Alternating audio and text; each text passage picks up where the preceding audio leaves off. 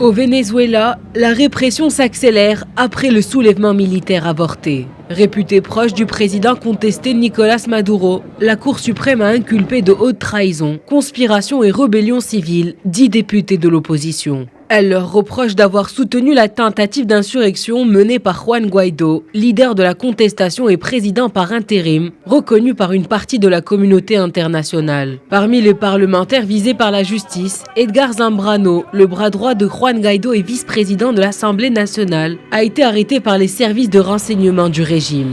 Par ailleurs, 3 des 10 députés inculpés se sont réfugiés respectivement dans les ambassades d'Italie, d'Espagne et d'Argentine à Caracas. Pour Juan Guaidó, cette escalade répressive du régime est le signe d'une perte de pouvoir grandissante de Maduro. Le régime ne se préoccupe plus du tout de trouver des solutions pour les citoyens. Ils se moquent de la crise humanitaire qu'ils ont créée. Ils sont seulement intéressés par la persécution des législateurs, afin qu'ils paraissent forts, quand ils n'ont pas du tout le soutien du peuple vénézuélien. Condamnés par la communauté internationale, États-Unis et Union européenne en tête, ces arrestations ont eu lieu, notamment grâce à l'appui du président de l'Assemblée constituante à la solde de Maduro. Cette institution, créée en 2007, dispose de pouvoirs étendus, dont celui de lever l'immunité parlementaire des députés, ce qu'elle a fait pour marginaliser les élus proches de l'opposition.